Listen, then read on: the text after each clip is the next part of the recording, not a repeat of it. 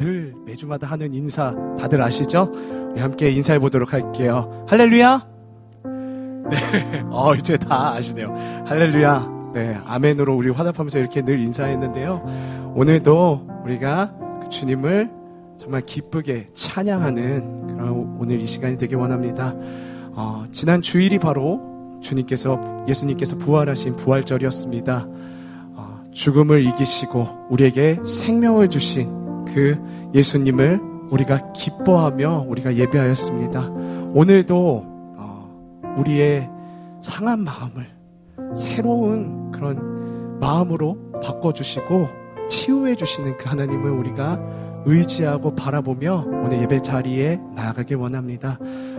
오늘 이 시간 우리 함께 찬양하는 건 첫 찬양이 예수 사랑합니다. 이 찬양입니다. 우리가 주님 이 시간 나를 치유하시고 나에게 새 생명을 주시고 죄 가운데에서 허우적대는 그 나를 구원하시는 은혜의 주님을 내가 간절히 원합니다. 이 시간 주님 나의 마음을 만지셔서 하나님의 그 길로 인도하여 달라고 우리가 그 간구하는 마음으로 이 찬양을 함께 불러보길 원합니다.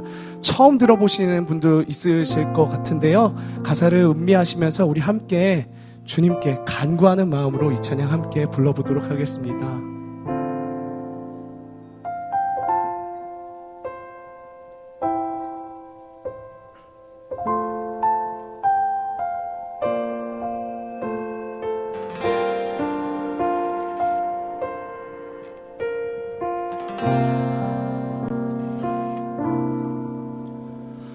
예수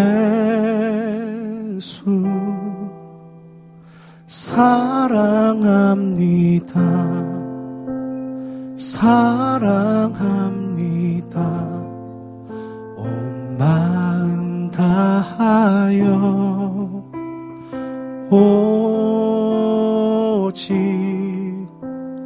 주님 한 분만 간절히 더 원합니다.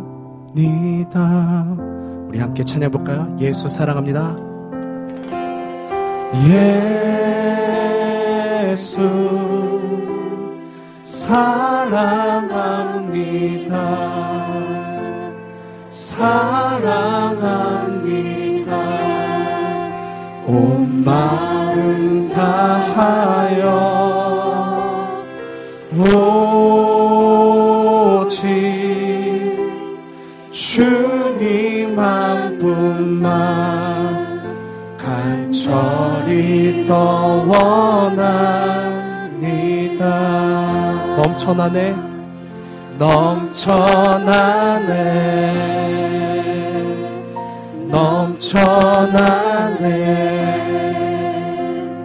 주를 향한 내 속에 갈망이 주님께로 날 이끌어 주소서. 주님을 더 원합니다. 우리 함께 찬양해 볼게요. 예수 사랑합니다. 예수 사랑합니다. 사랑합니다. 온 마음 다하여 오직 주님 한 분만 간절히 더 원합니다. 우리 다시 한번 찬양해볼까요? 예수 사랑합니다. 예수 사랑합니다. 사랑합니다. 온 마음 다하여 오직 주님 한 분만 간절히 더 원합니다. 넘쳐나네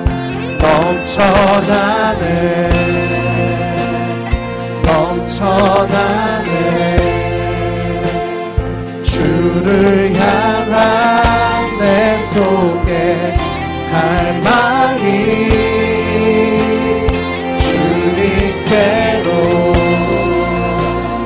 날 이끌어 주소서. 주님을 더 원하니 넘쳐나네. 넘쳐나네.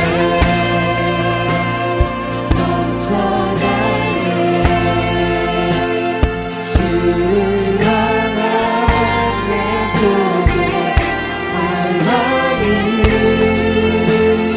주님께로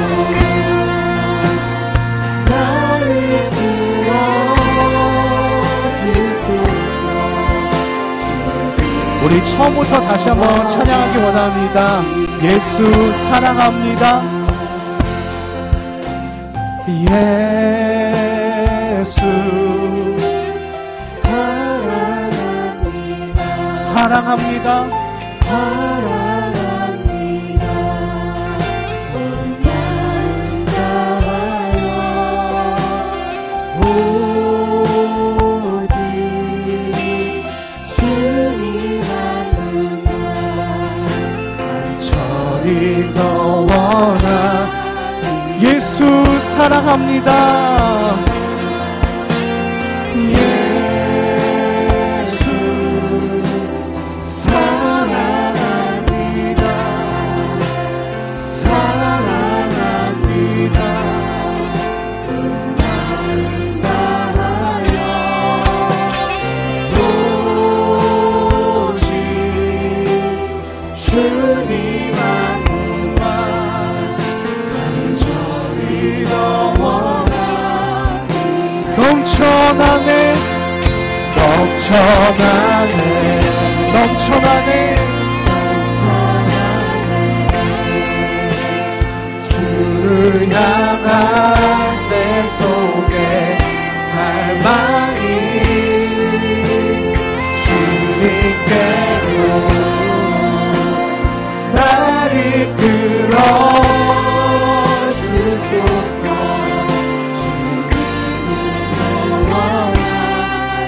넘쳐나네.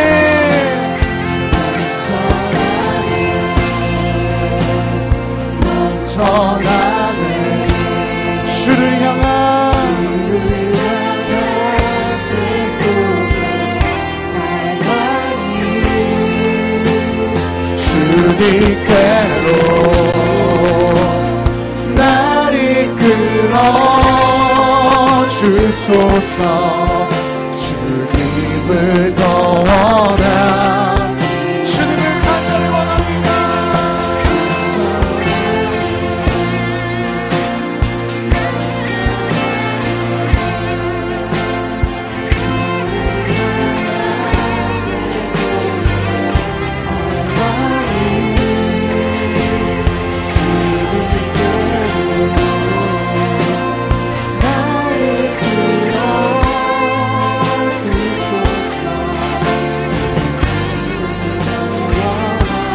넘쳐나네. 넘쳐나네. 넘쳐나네.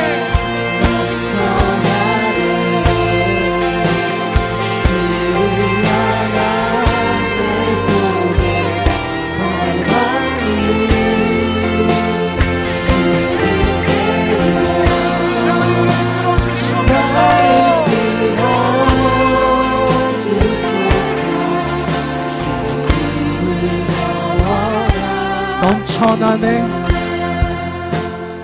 넘쳐나네. 넘쳐나네. 주를 향한 내 속에 갈망이 주님께로 날 이끌어 주소서. 주님을 더 원하. 넘쳐나네. 넘쳐나네. 넘쳐나네. 넘쳐나네. 넘쳐나네. 전하네. 주를 향한 내 속에 갈망이 주님께로 날 이끌어 주소서. 주님을 더 원합니다.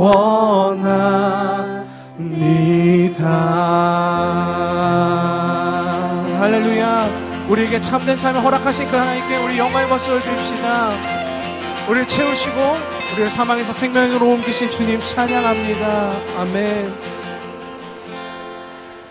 이 시간 우리가 그 주님을 갈망하며 이렇게 찬양하였습니다. 우리를 사망에서 생명으로 옮기신 그 주님, 우리 마음 가운데 오셔서 주님의 길로 우리를 인도하여 주시옵소서. 우리가 이렇게 찬양하며 고백하기 원합니다. 아멘. 네, 주님께서 살아나시고 부활하셨습니다. 그 생명의 주님, 승리의 주님 우리가 함께 찬양하실 때 우리 다 같이 자리에서 일어나셔서 우리 함께 찬양하며 나아갑시다.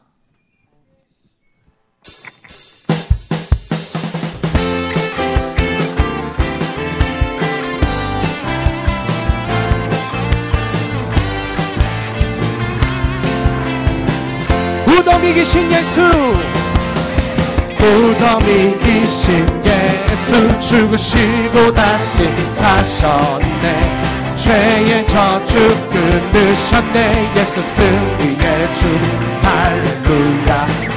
예수만유의 주. 우리 다시 한번 무덤이 계신 예수, 무덤이 계신 예수, 죽으시고 다시 사셨네. 죄의 저주 끊으셨네. 예수 승리의 주, 할렐루야. 예수만유의 주, 할렐루야. 할렐루야.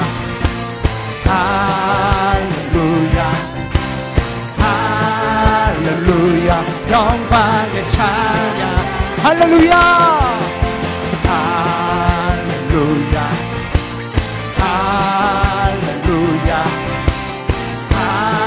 할렐루야. 영광의 찬양. 보좌에 앉으신 예수, 보좌에 앉으신 주, 영원토록 다스리시네.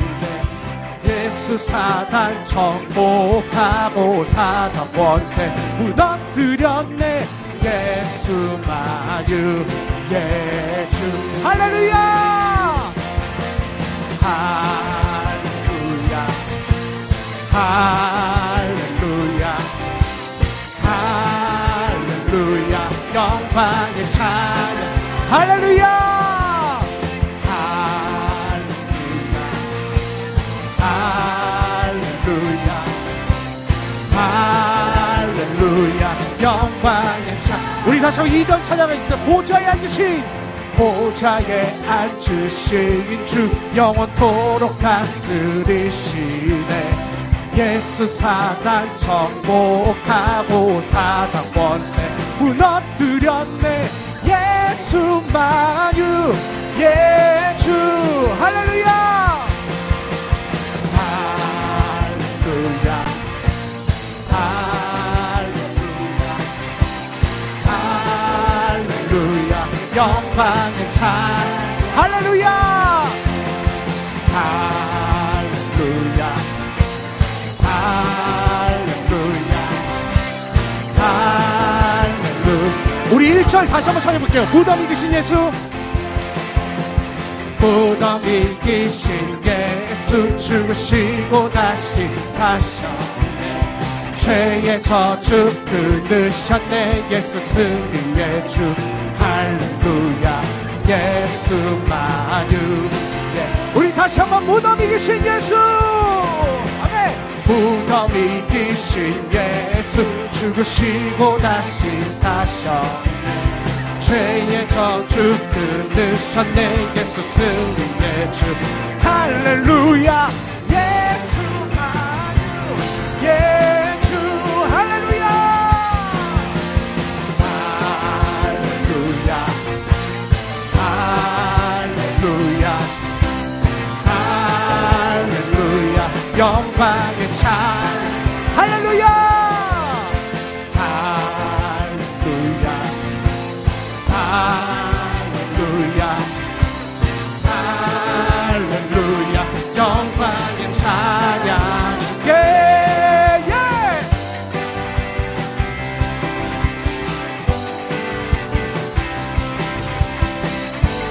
우리를 죄에서 생명으로 옮기신 그 주님을 찬양합니다. 주께 영광 돌리세 주께 영광 돌리세 주께 영광 돌리세 주께 영광 돌리세 주께 영광 돌리세 주께 영광 돌리세 주께 영광 돌리세 주께 영광 돌리세 주께 영광 돌리세 할렐루야 우리를 죄에서 사망으로 생명으로 옮기신 그 승리의 주님 찬양합니다. 우리 그 승리의 주님께 박수와 함성으로 기쁘게 찬양을 나갑시다. 할렐루야 아멘 할렐루야 할렐루야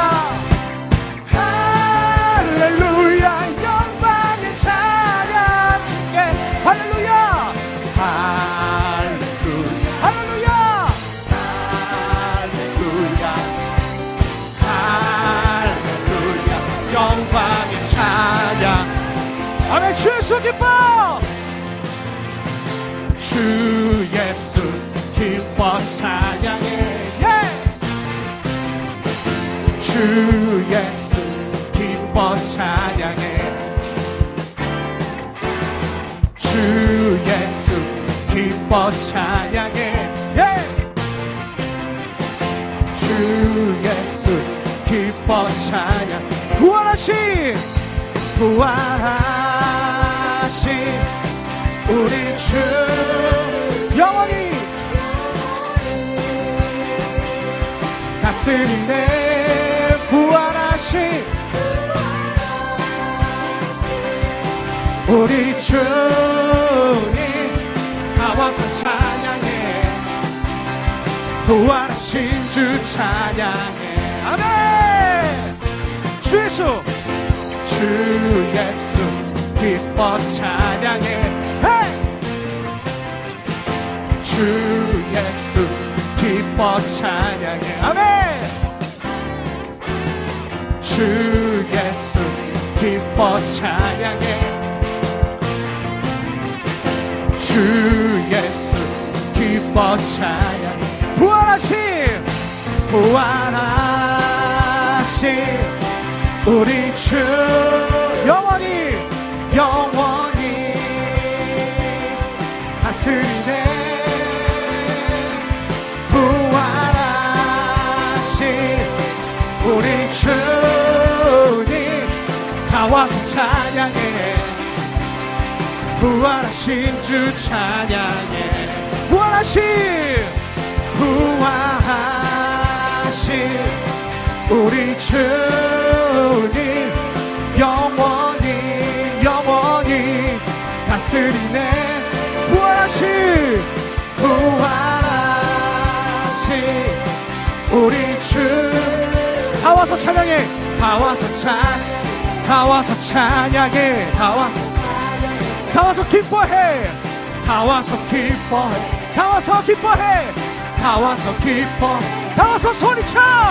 다 와서 소리쳐 다 와서 기쁨의 함성으로 다시 한번 다 와서 소리쳐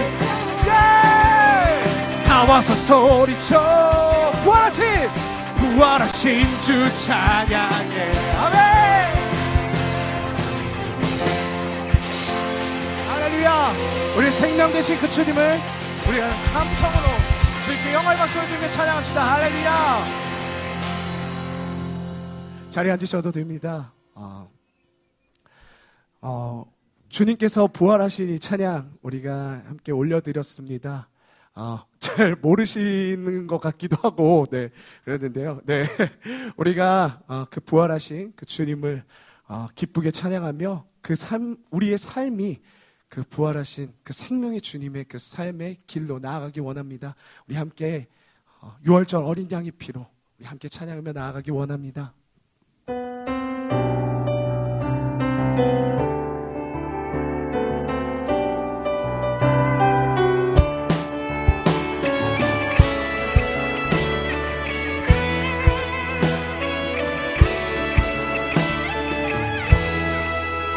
6월절 어린 양의 피로 나의 삶의 문이 열렸네.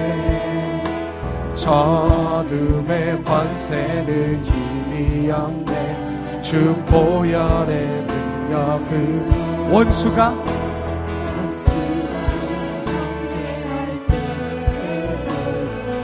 의롭게 설 수 있네. 난 더 이상 정죄함 없네. 난 주 보혈 아래 있네. 난 주 보혈 아래 있네. 난 주 보혈 아래 있네. 그 피로 내 죄 사했네.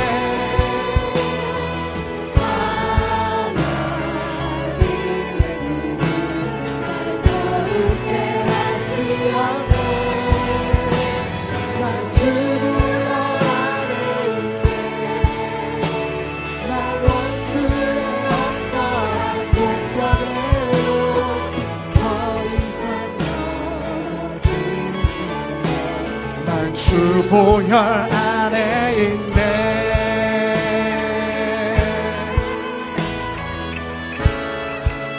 6월절 어린 양의 6월절 어린 양의 피로 나의 삶의 문이 열렸네. 저 어둠의 번세는 힘이 없네. 주 보혈의 능력은 원수가 정죄할 때에도 난 의롭게 설 수 있네. 난 더 이상 정죄함 없네. 난 주 보혈 난 주 보혈 안에 있네. 주 보혈 안에 있네. 그 피로 내 죄 사했네.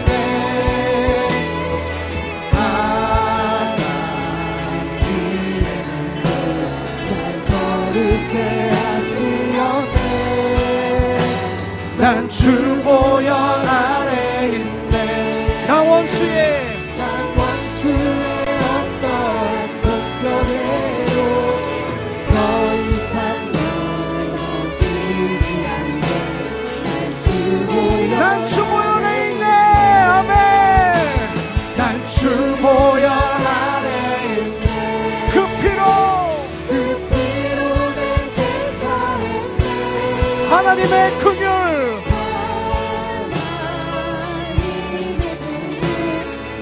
거룩해 하시었네. 주 보혈 아래 있네. 나 원수의 어떤 능력에도 더 이상 넘어지지 않네. 난 주 보혈 아래. 이 시간 우리 함께 기도하기 원합니다. 이 시간 함께 우리가 기도할 때 주님의 그 보혈의 피가 우리 마음 가운데, 우리 심령 가운데 발라졌습니다. 주님, 이제는 내가 죄에서 사는 그런 삶이 아니라 주님, 그 보혈의 삶으로, 그 보혈의 피를 힘입어 사는 그런 믿음의 삶을 살아가게 하여 주시옵소서라고, 예수 피를 의지하며 살아가는 우리의 모든 삶들이 될 수 있게 달라고 이 시간 주여 한번 붙이고 통성으로 기도하며 나아갑시다. 주여 드리도록 하겠습니다.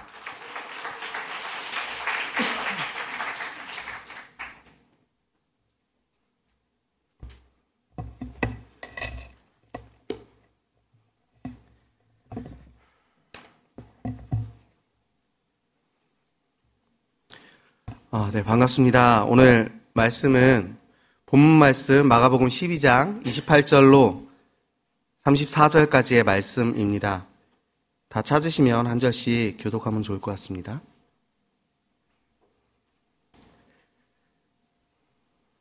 다 찾으신 줄 알고 제가 먼저 읽도록 하겠습니다. 서기관 중 한 사람이 그들이 변론하는 것을 듣고 예수께서 잘 대답하신 줄을 알고 나와 묻되 모든 계명 중에 첫째가 무엇이니까?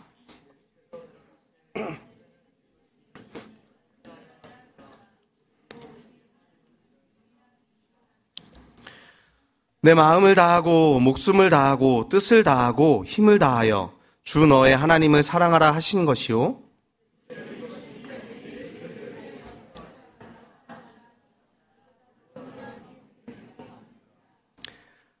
서기관이 이르되 선생님이여 옳소이다. 하나님은 한 분이시요 그 외에 다른 이가 없다 하신 말씀이 참이니이다.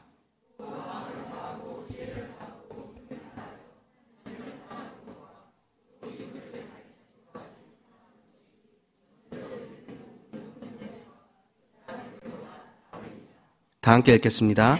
예수께서 그가 지혜 있게 대답함을 보시고 이르시되 내가 하나님의 나라에서 멀지 않도다 하시니 그 후에 감히 묻는 자가 없더라. 아멘. 오늘 본문 말씀을 가지고 첫째는 계명이라는 제목을 가지고 말씀을 한번 나눠볼 건데요. 예수님이 알려주시는 가장 중요한 계명에 대한 예화를 가지고 짧은 예화를 가지고 좀 시작하도록 하겠습니다. 저는 아내랑 결혼한 지 5년이 지났고요. 아내랑 결혼하기 전에 그 결혼 전에 결혼예비학교라는 교회마다 하고 있는 그런 프로그램에 참여한 적이 있습니다. 그래서 그 결혼 예비학교에서 서로가 서로에게 결혼하는 동안 이 계명만큼 지켜줬으면 좋겠어 하고 10계명을 써주는 그런 시간을 갖고 있었습니다. 그 10계명의 내용을 가지고 오늘 나눌 건데요. 사실은 제가 좀 각색을 했습니다. 여기서 중요한 것은 각색한 내용이라고 이해를 하셔야 됩니다. 안 그러면 오해가 좀 생길 수 있어서요. 각색한 내용입니다. 제가 좀 나누도록 하겠습니다. 아내가 제게 요청한 10계명입니다. 첫 번째 계명은 당신은 나 외에는 다른 여자를 사랑하지 말아야 합니다.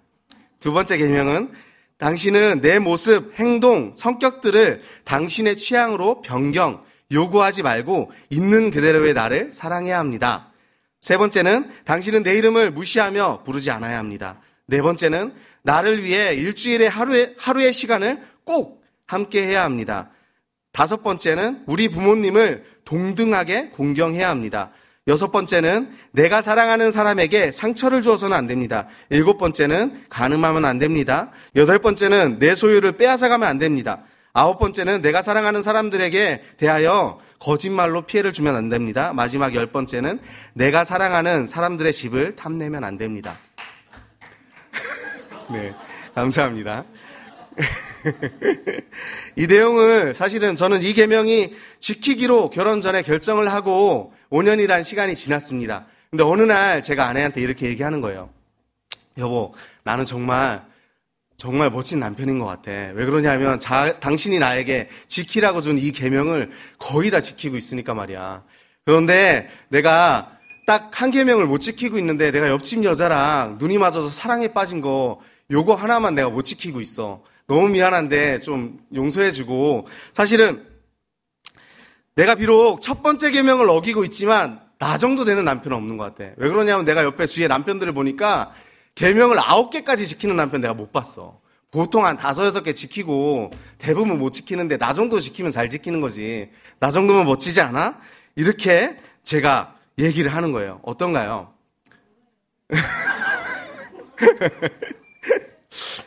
여러분들이 보기에 이 정도 괜찮나요? 아니죠? 네.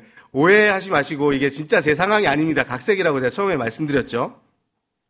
사실은 이 말씀을 들으면서 여러분들이 떠올리는 내용이 있을 거예요. 제가 이 내용이 사실은 하나님이 우리에게 주신 10계명을 하나님과 나와의 관계를 하나님을 빼고 아내라는 대상으로 다시 바꾼 거거든요.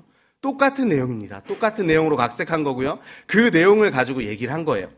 그런데 제가 10계명을 오래전에 10계명을 생각할 때 그런 생각이 들었던 거예요. 이걸 어떻게 사람이 다 지켜? 그것도 평생 죽을 때까지. 아니 뭐 한두 달이라면 아니면 1, 2년이라면 내가 좀 노력해보고 할 수 있을 것 같아. 이건 좀 도저히 아닌 것 같아. 이러면서 제가 하나님에게 속으로 얘기를 하고 있는 거예요. 하나님 이 정도면 잘하는 아들 아니에요? 제가 거의 대부분은 다 지키잖아요. 하나 정도 안 지키는 거 정도는 잘하는 아들이잖아요. 이렇게 제 속에서 변명하고 있는 저를 발견했거든요. 그런데 사실은 아까 말씀드린 것처럼 부부 10계명으로 따졌을 때 한 계명 안 지키면 어떻게 되죠? 그거는 살면 안 되는 남편이죠. 딱 한 계명만 안 지켰는데도 그렇게 생각하는데, 우리가 하나님이 우리에게 주신 10계명을 생각할 때는 이상하게도 이런 방식으로 생각하는 경우가 너무 많은 것 같아요. 아니면 또 다른 방식이 있긴 있어요. 아담과 같은 방식이죠. 하나님이 심판하신 하나님이야, 무서운 하나님이야. 그래서 내가 못 지킨 것 때문에 나를 벌하실지도 몰라. 그러니까 내가 숨자, 도망가자, 교회에 나가지 말자, 그리고 아예 교회를 떠나버리는 방법도 있는 거죠. 그 외에 뭐 다른 방법이 있는지 모르겠지만 제가 볼 때는 이런 두 가지 큰 방법이 있는 것 같아요. 하지만 사랑하는 사이라면, 아내와 내가 사랑하는 사이라면 이런 방식을 해서는 안 되겠죠. 제가 오늘 계명에 대해서 예화를 시작을 한 이유는, 사실은 계명이 참된 의미는 하나님의 사랑이라는 주제를 가지고 오늘 이 말씀을 나눠보려고 하기 때문입니다. 그래서 제가 질문을 하나 뽑아봤어요. 우리가 지켜야 될 가장 큰 계명은 무엇인가? 라는 질문을 뽑고요. 거기에 대한 대답을 오늘 3가지를 함께 나누려고 합니다. 그 첫 번째 대답은 오늘 본문에서 봤는데요. 첫째는 이것이니 주 너의 하나님을 사랑하라. 29절에서 30절 말씀입니다. 오늘 본문 말씀을 보면 28절에서 서기관 중 한 사람이 그들이 변론하는 것을 듣고 예수께 잘 대답하신 줄을 알고 나와서 묻는 장면이 시작이잖아요. 이렇게 시작이 돼요. 그러면서 모든 계명 중에 첫째가 무엇이니까 이렇게 묻는 장면이죠. 그 첫째라는 건 첫 번째 순서가 아니에요. 첫 번째 순서가 아니에요. 가장 으뜸되는 계명은 무엇입니까? 이렇게 묻는 거예요. 근데 제가 묵상하다 보니까 엄청 기대되지 않으세요? 예수님이 계명에 있는 모든 계명 중에 으뜸되는 걸 얘기해 주시는 장면인 거잖아요. 그러니까 너무 궁금한 거죠. 묵상하면서 어떻게 이 말씀을, 계명을 대답해주고 계시는지. 사실은 계명이 모세오경에 주로 나오고 있는데, 그것도 모세오경을 토라라고 하거든요. 5개 성경이잖아요. 그 성경에 주로 나오는데 10계명을 포함해서 하라라고 하는 계명이 248개, 하지 말라라고 하는 계명이 365개. 그래서 합쳐서 우리가 알고 있는 숫자 613개 계명이 있습니다. 이상 될 수도 있고요. 613개의 이 계명이 있는데 이 계명 중에 으뜸을 지금 정해주는 아주 중요한 순간입니다. 한번 살펴볼 텐데요. 어떻게 대답해주고 계시는지 살펴볼 텐데, 본문은 읽었으니까요. 사실은 이 본문에서 말씀하시는 예수님의 29절 30절의 말씀은 신명기 6장 4절 5절의 말씀을 예수님께서 인용하신 내용이에요. 그대로 인용했느냐? 그렇지 않아요. 약간 다르게 인용하셨습니다. 제가 신명기 6장 5절 말씀을 읽어드리도록 하겠습니다. 너는 마음을 다하고 뜻을 다하고 힘을 다하여 내 하나님 여호와를 사랑하라고 말씀이 나와 있습니다. 뭐가 다르죠? 목숨을 다하고 다 똑같은데 추가가 됐어요. 목숨을 다하고. 어떤 의미인지 아시겠죠? 너희들이 이 계명이 얼마나 중요하냐 하면 목숨을 다하고 지켜야 될 정도로 중요해. 그 중요한 것을 강조하신 것입니다. 그렇다면 주 곧 우리 하나님을 사랑하라고 하셨는데 어떻게 하는 것이 하나님을 사랑하는 것이냐, 이게 중요하잖아요. 그 내용을 한번 살펴보려고 합니다. 그 내용을 살펴보려면 먼저 하나님이 이 많은 계명을 우리에게 주신 이유가 무엇인지에 대해서 좀 살펴보면 좋을 것 같아요. 이 시간에 우리의 시선을 하나님이 주신 계명, 율법 쪽에 집중해서 읽는 게 아니라 그 율법과 계명을 주신 하나님의 마음 쪽으로 시선을 두고 한번 집중해서 살펴보려고 합니다. 우리가 잘 알고 있는 것처럼 계명이 우리에게 주신 이유는 우리를 억압하고 우리를 막 속박하고 괴롭히고 막 힘들게 하기 위함이 아니라는 거 알고 계시죠? 당연히 우리에게 행복하길 바라시는 하나님 아버지의 배려이고 사랑의 계명이라는 것입니다. 제가 그래서 613개의 계명을 정말 차근차근 다 읽어봤는데, 이게 묵상하면 다 하나님의 사랑이라고 느껴지지만 여기서 다 얘기해봐야 그 묵상한 내용이 나오진 않으니까 그 중에서 몇 개만, 좀 글만 읽어도 하나님의 사랑을 느낄 수 있는 거 몇 개만 제가 읽어드릴게요. 첫 번째는 안식년이라는 게 있어요. 6년 동안 땅을 경작하고 땅이 쉬어야 되니까 안식년을 줘요. 그래서 1년을 쉬게 하라는 계명이 있는데, 그 안식년에 여러 가지 할 것들이 있지만 중요한 게 뭐냐면, 동족 유대인에게 돈을 빌려줬으면 그 돈을 삭제하라. 안식년에 돈을 받지 마라. 안식년에 빚을 삭제해버려라. 이게 하나님의 계명이고요. 가난한 동족에게 인색하지 말아야 한다. 하나님의 계명이고요. 제가 지금 이제 제 혼자 말 지어낸 게 아니라 다 신명기서 15장부터 쭉 나오는 내용이에요. 기쁜 마음으로 그들을 도와줘야 한다. 그리고 안식년이 가까워온다고, 사실 그렇잖아요. 안식년이 가까우면 못 받는 거예요. 그럼 어떻게 하겠어요? 돈을 꿔달라고 하면 안 꿔주겠죠. 그런데 계명에 안식년이 가까워온다고 돈을 꿔주지 않으면 안 된다, 이렇게 계명이 있어요. 왜? 힘드니까 빌리는 거니까. 그리고 종을 놓아주는 게 안식년에도 놓아주고 희년에도 놓아주는 때가 있는데, 그 놓아줄 때 빈손으로 보내서는 안 된다. 그들에게 넉넉히 주어서 내보내야 한다. 계명에 있는 내용이고요. 그리고 과부의 옷을 저당 잡아서는 안 된다. 과부의 옷을 저당 잡아서는 안 되고, 또 우리가 알고 있는 것처럼 한 벌 옷을 가진 사람의 옷을 저당 잡았거든. 해가 지기 전에 그 옷을 내어줘야 된다. 왜? 그 옷이 이불이니까. 얼어 죽을 수 있으니까. 그리고 밭에서 곡식을 거둘 때 막 걷고 지나갔는데 뒤에 덜 걷었네 그러고 돌아가면 안 된다. 왜? 그 곡식은 이 지역에 살고 있는 고아와 과부의 재산이기 때문에. 이게 다 지금 계명이에요.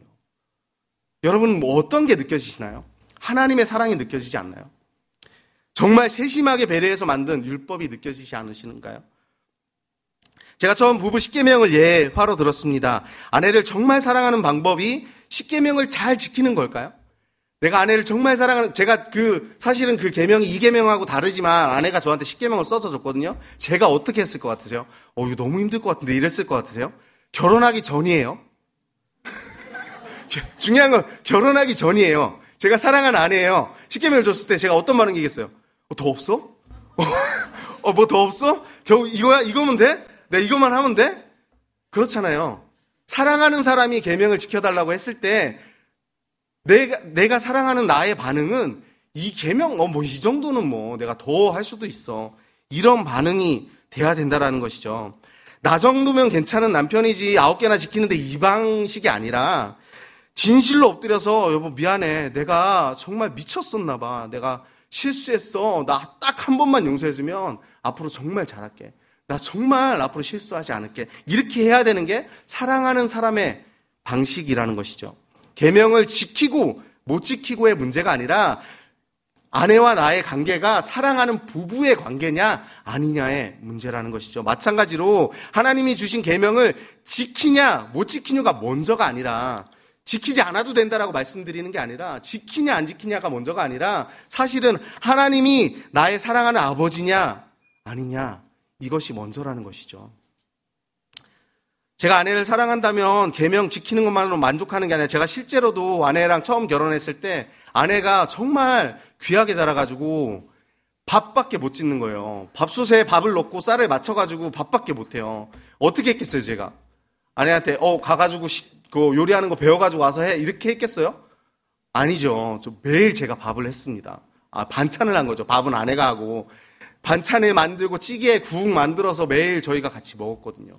아내를 사랑하면 계명에 있는 것만 지키는 게 아니에요. 계명 저 지금 외우지도 못하거든요. 그럼 제가 계명을 안 지킬까요?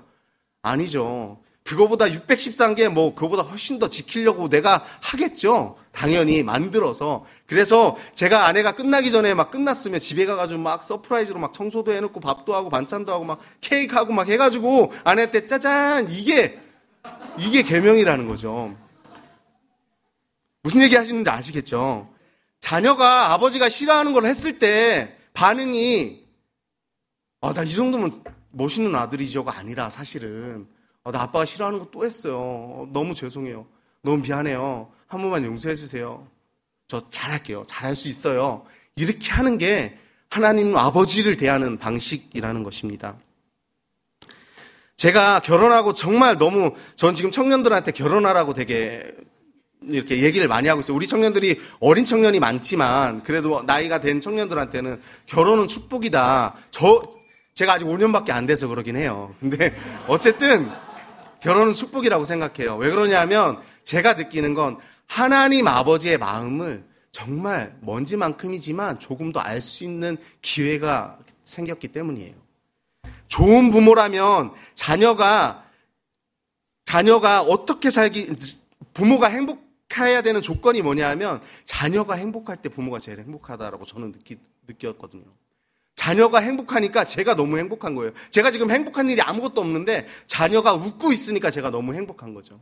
사실은 좋은 부모라면 자녀가 행복할 때 가장 행복할 것 같고요. 저는 아직 아들 하나밖에 없지만 만약에 자녀를 앞으로 더 낳을 건데요. 처음에 아이 셋 낳고 입양 셋 하고 해서 6명 잘 기르자라고 했는데 아내가 하나 낳고 나서 좀 생각해보자 이렇게 얘기를 해가지고 지금 어려운 마음이긴 한데요. 어쨌든 전 덜 알 거거든요. 근데 네. 그 아이가 둘이 생겼을 때 제가 어떨 때 행복하겠어요? 이 아이들이 서로가 싸울 때 행복할까요? 서로가 시기하고 질투할 때 행복할까요? 아니죠. 서로가 우애가 깊고 서로가 서로를 챙겨주고 서로가 행복하게 살아갈 때 부모는 제일 행복할 것 같아요. 하나님 아버지가 이 땅에 있는 어떤 부모보다도 더 우리를 사랑하시는 하나님의 자녀까지 십자가에 내어주실 만큼 우리를 더 사랑하시는 그 아버지인데 그 아버지가 우리가 어떻게 살길 바라시겠냐는 거죠. 우리에게 왜 계명을 주셨냐는 거죠. 우리가 행복하게 살길 바라시니까 이 계명을 주셨다라고 생각한다라는 것입니다. 왜 그 일을 또 알 수 있냐면요. 많은 유대인들이 예수님이 오셨을 때 많은 유대인들이 율법을 다 지켰어요. 그죠? 많은 바리새인들이 율법을 철저하게 지켰어요. 그런데 예수님이 오셔서 어떻게 하셨나요? 우리가 많이 아는 사건들이 있어요. 율법을 다 안 지키셨어요, 예수님이. 왜 안 지키셨죠? 율법을 다 깼어요. 안식일에 일하지 말라 그랬는데 안식일에 막 환자들을 데려와서 고치시는 거예요. 손 마른 자를 고치시고 병자를 고치고 힘없는 자를 도와주고 안식일에 막 하는 거예요. 막 계명을 다 깨는 거예요. 왜요? 너희들이 잘못 알고 있어. 내가 준 계명은 이웃을 배척하고 너희들이 지금 그 율법에 매여서 그걸 지키라는 게 아니라 내 이웃을 사랑하라고 준 건데 너희들은 그 이유는 다 버려버리고 형식적이고 전승되어 내려온 규율만을 지키고 있는 거야 라고 하면서 예수님이 많이 율법을 오히려 깨셨다라는 거죠. 결국 줄곧 우리 하나님을 사랑하라는 것은 어떤 의미냐면요. 율법을 잘 지키고 살아가는 것보다는 사실은 하나님의 아버지께서 우리에게 주신 율법의 의미를 잘 알고 그 의미를 마음에 새기고 지키면서 살아가는 게 결국은 하나님을 사랑하는 방식이라는 것이죠. 여러분은 하나님을 사랑하시죠? 네, 감사합니다. 아멘 되게 많네요. 사실은 그 계명을 많이 지키냐 조금 지키냐의 문제가 아니라 하나님이 아버지라면 하나님이 사랑하는 아버지인데 안 지키면서 내가 웃으면서 어떻게 사냐고요. 어기면서 내가 웃으면서 어떻게 사냐. 하나님을 아버지라고 믿는데 사랑하는데 안 지키면 미안하죠. 창피하죠. 부끄럽죠. 그게 너무 당연한 거잖아요. 그래서 결국은 하나님의 자녀라는 정체성을 갖고 하나님을 사랑하는 것이 결국은 내 하나님을 사랑하라라는 첫 번째 계명의 의미라는 것입니다. 두 번째 의미입니다. 둘째도 그와 같으니 내 이웃을 내 자신과 같이 사랑하라 이렇게 말씀하신 31절의 말씀이 나옵니다. 두 번째는 본문 31절에 나오는 이 말씀을 제가 이 말씀에서 대해서 좀 더 어떻게 하면 더 많이 할 수 있을까 평행 본문을 한번 살펴봤는데요. 마태복음 22장 39절의 말씀을 살펴보면 둘째도 그와 같으니 내 이웃을 내 자신같이 사랑하라 하셨으니 라고 설명하고 있습니다. 제가 왜 이 말씀이 마가복음에 있는 말씀이 아니라 다른 평행 본문을 가져왔냐 하면요. 그와 같으니라는 이 단어 때문이에요. 여기서는 그와 같으니라는 단어를 안 쓰는데 마태복음에선 그와 같으니라는 단어를 써요. 무슨 말이냐면 그라는 건 무슨 의미겠어요?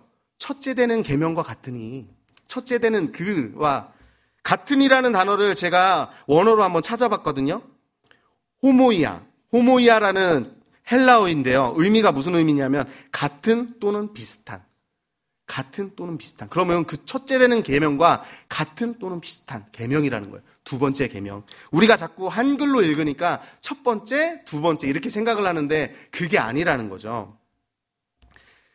가장 중요한 아까도 말씀드렸지만 첫 번째가 첫째가 아니라 으뜸되는 계명을 얘기했을 때 하나님을 사랑하라라는 것이고 그와 같은 둘째 되는 계명이 뭐냐 하면 내 이웃을 내 자신과 같이 사랑하라라고 명령하신 것입니다.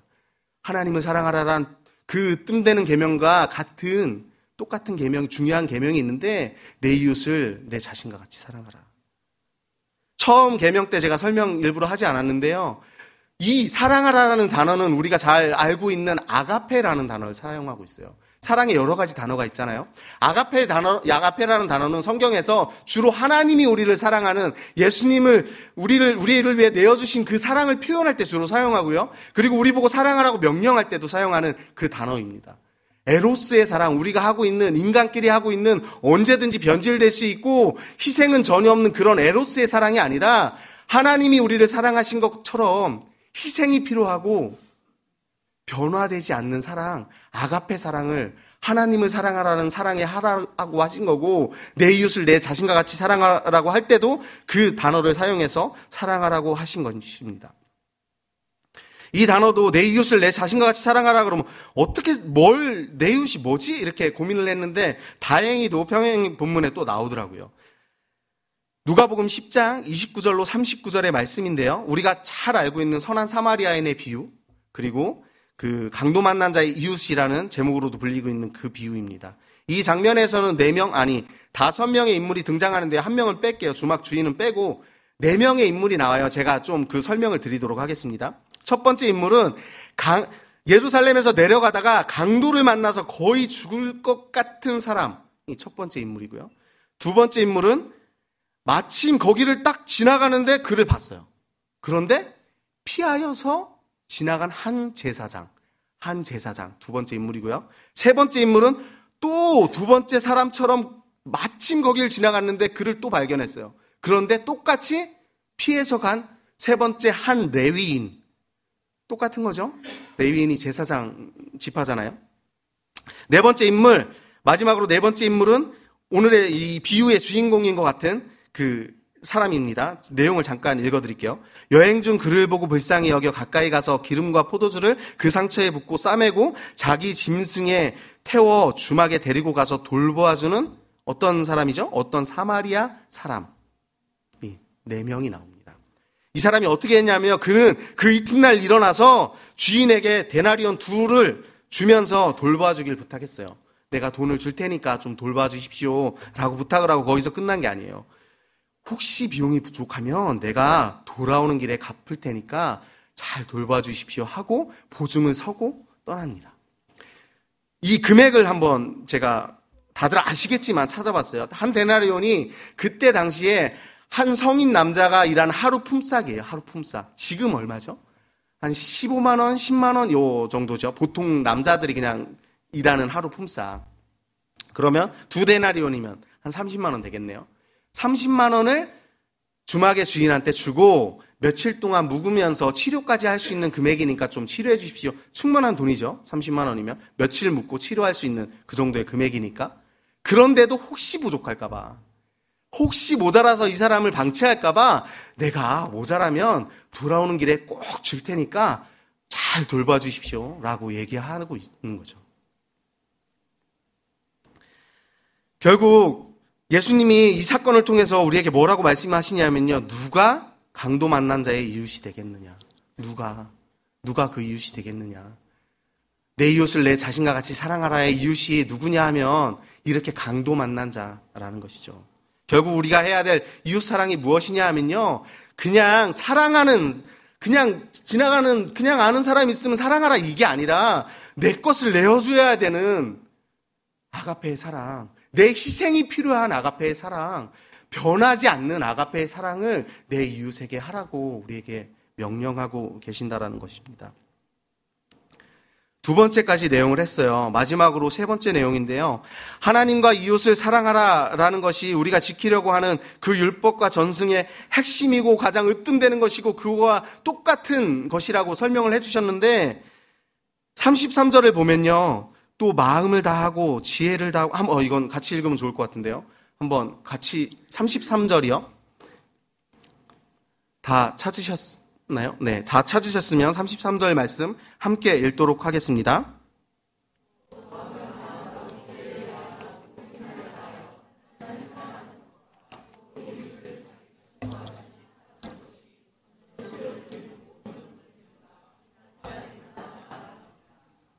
네, 아멘.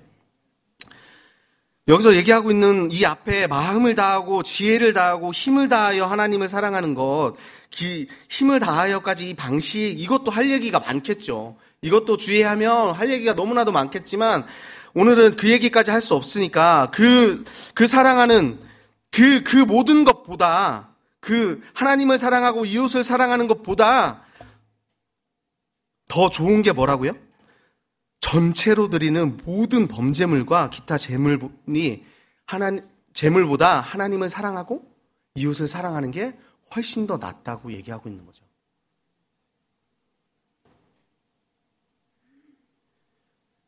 우리가 교회에 나와서 하나님을 사랑한다고 드리고 있는 많은 것들이 있는데, 예배를 드리고 시간을 내어드리고 물질을 내어드리고 마음을 내어드리고 굉장히 많은 것들을 하나님에 드린다고 하고 있는데, 그 모든 것보다 더 나은 게 뭐라고요? 하나님을 사랑하고 내 이웃을 하라라고 하는 이 말씀이 훨씬 더 낫다라는 거예요.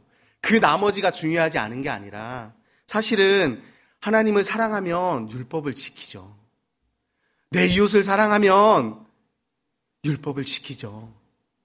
사랑한다라고 겉으로는 하지만 사랑하지 않으니까 우리가 그걸 하지 않고 있다라는 것입니다. 우리가 교회에 나와서 하나님을 모태신앙이라고 자연스럽게 하나님을 알게 되고, 누군가에게 전도돼서 교회에 나와서 하나님을 알게 되고, 아니면 하나님의 은혜로 교회에 나와서 하나님을 알게 되는데, 그러면서 우리가 율법을 듣고 하나님의 말씀을 듣고 결국은 그래서 그럼 율법을 지키는 게 하나님을 사랑하는 방식인가? 율법을 지키는 것이 내가 복받는 길인가? 율법을 지키는 것이 내가 구원받는 방식인가라고 오해하면서 살아갈 때가 저는 있었거든요. 저는. 우리 성도님들은 없었을 것 같아요. 다 알고 계실 것 같고, 제가 우리 교회에 올 때 제일 많이 들었던 얘기가 원어주석을 보시는 분들이 많다. 이런 얘기를 듣고 그런 데서 내가 어떻게 설교를 하지? 이런 마음을 많이 가졌지만, 어쨌든 여러분들은 다 아셨겠지만, 저는 마치 율법을 지키는 것이 하나님을 사랑하는 것이고, 마치 율법을 지키는 것이 내가 복을 받고 구원을 받는 방식이라고 착각하며 살아갈 때가 너무나도 많았던 것 같아요. 그런데 우리가 먼저 목사님께서 설명해 주셨지만, 그렇게 따지면 지금 유대인들이 훨씬 더 구원받을 만한 짓, 복받을 만한 짓을 많이 하고 있다라는 거죠. 지금도 유대인은 율법을 다 지키고 있어요. 먼저 목사님 말씀해 주셨죠. 저도 그 전에 많이 들었는데, 거기 가면 안식일에 엘리베이터를 못 눌러요. 그럼 어떻게 올라가죠? 알바생을 세우죠, 안식일에. 유대인이 아닌 사람을 거기에 돈 주고 세워서, 그 7층 눌러주세요. 불 켜는 게 안 되니까, 불 켜는 거를 미리 다 켜놔요, 전날. 모든 불을 다 켜놔요. 왜? 그날 켤 수가 없으니까. 그럼 어둡게 지낼 수는 없잖아요. 이 정도로 철저하게 지키는 사람들이 유대인인데, 그렇게, 지금 이렇게 제가 오해한 것처럼 믿으면, 유대인들이 훨씬 더 구원받을 만한 짓, 복받을 만한 짓을 많이 한다라는 거죠. 그게 아니라는 것을 우리는 너무나도 잘 알고 있습니다. 마무리하도록 하겠습니다. 예수님은 우리의 모든 죄를 속량하시고 우리에게 영생까지 주시려고 사실은 부활하셨잖아요. 지난주에 부활주일이었는데 우리에게 영생까지 주시려고 부활까지 하셨어요. 근데 저는 속상한 게 지금 말고요. 전에 너무 속상했던 게, 아니 그렇게 다 해주셨으면 이제 우린 하늘나라 가면 되잖아요. 그럼 되게 행복하잖아요. 이제 끝났으니까 영생까지 주셨고. 근데 왜 안 데려가셨지? 이런 속상한 마음이 있는 거예요. 그런데 하나님이 우리를 이 땅에 남겨주신 이유가 무엇일까? 그럼 계명을 지키는 것 때문에 이 땅을 남겨놓으셨나요? 아니죠. 당연히 그건 우리가 살아가는 방법일 뿐이고요. 그래서 제가 이 말씀을 묵상하면서 찾은 말씀이 하나 있습니다. 예수님께서 십자가에 지시기 전에 우리에게 이 땅에 남겨두는 이유를 말씀하신 내용인데요. 쉬운 성경으로 제가 한번 읽어드리도록 하겠습니다. 요한복음 17장 15절 말씀을 먼저 읽어드릴게요. 예수님께서 하나님께 기도하는 내용이에요. 제가 구하는 것은 하나님 아버지께서 그들을 세상에 데려가 달라는 것이 아닙니다. 세상에서 데려가 달라는 것이 아닙니다. 세상에서 하나님께로 데려가 달라는 것이 아닙니다. 아니라 악인으로부터 지켜주시라는 것입니다. 이게 하나님께서 우리를 데려가지 않은 이유를 얘기하기 전에 말씀하신 내용이에요. 우리를 데려가게 하지 않은 이유를 얘기를 잠깐 해주고요. 그러고 나서 18, 19, 20절에서 뭐라고 하시냐면, 아버지께서 저를 세상에 보내신 것 같이 저도 그들을 세상에 보냈습니다. 저도 이들을 세상에 보냈습니다. 그들을 위해 내 자신을 거룩하게 하는 것은 그들도 진리 안에서, 말씀 안에서 거룩해지도록 하기 위해서입니다. 저는 이 사람들을 위해서만, 지금 이 사람들을 위해서만 기도하는 것이 아니라 이 사람들이 전하는 말을 듣고 저를 믿는 사람들을 위해서 기도합니다 라고 예수님께서 하나님 아버지께 기도하는 내용이 나오거든요. 결국 말씀에서 설명하는 건 뭐냐 하면요, 그들을 세상하게 데려가 달라고 하는 게 아니에요. 이 땅에 사는 동안 악으로부터 좀 지켜주세요, 아버지. 그들은 연약합니다라고 우리를 위해 기도해 주시고요. 그리고 나서 제가 하나님이 나를 보낸 것처럼 저도 그들을 이제 세상에 보냈습니다. 그들로 말씀 안에서 거룩해지기를 원합니다. 그들이 말씀 안에서 거룩해지기를 원합니다. 그리고 이 사람들이 전하는 말, 복음을 듣고 많은 사람들이 나를 믿게 되길 원한다라는 거죠. 그러면 이 말을 정리하면 무슨 얘기가 되냐면요, 하나님이 우리를 이 땅에 남겨두신 이유는 우리가 악에 빠지지 않고 좀 하나님이 지켜주시는 상황 가운데서 진리로, 말씀으로 거룩해지는 성화의 가정이 살기를 바라는 게 첫 번째고요. 두 번째는 내가 이 땅에 와서 너희들에게 복음을 전한 것 같이 너희들도 복음을 전하라는 거죠. 우리가 이 땅에 보내진 이유는 세상을 누리며 살아가라고 보내신 것도 아니고요. 이 세상에서 살아가는 복음을 증거하는 증인된 삶을 살아가라고 보내셨다는 말씀입니다. 말씀을 정리하겠습니다. 성경에 있는 모든 계명은 참된 의미는 하나님의 사랑이라고 제가 주제를 잡고 말씀을 나눴는데요. 결국은 우리가 지켜야 될 가장 큰 계명은 나눴던 말씀처럼 주 너의 하나님을 사랑하라. 주 너의 하나님을 어떻게 사랑하냐 하면 그 하나님이 우리에게 주신 계명을, 그 하나님의 마음을 이해하고 하나님을 아버지로 믿어라. 내 하나님이 너의 아버지가 되신다라는 걸 믿고 그대로 살아가길 바란다. 그리고 둘째는 내 이웃을 내 자신같이 사랑하라. 아가페의 사랑을 하라는 거죠. 희생하는 사랑을 하라고 우리에게 명령하신 게 두 번째 내용이고요. 세 번째는 마지막으로 하나님과 이웃을 사랑하는 그 아가페의 사랑을 하는 것이 우리가 지금 이 땅에 살아가면서 하는 모든 행위보다도 훨씬 더 낫다라고 우리에게 설명해 주고 계시는 것입니다. 결국은 이 땅에 남겨놓은 이유는 우리가 예수님이 이 땅에 와서 그러셨던 것처럼 하나님의 우리를 위해서 이 땅에 독생자를 보내시고 우리를 구원해 주셨다는 그 사실을 알지 못하는 지옥으로 가고 있는 그 사람들에게 우리 또한 복음을 전하는 사람으로 살라고 이 땅에 남겨두셨다라는 말씀입니다. 기도하겠습니다.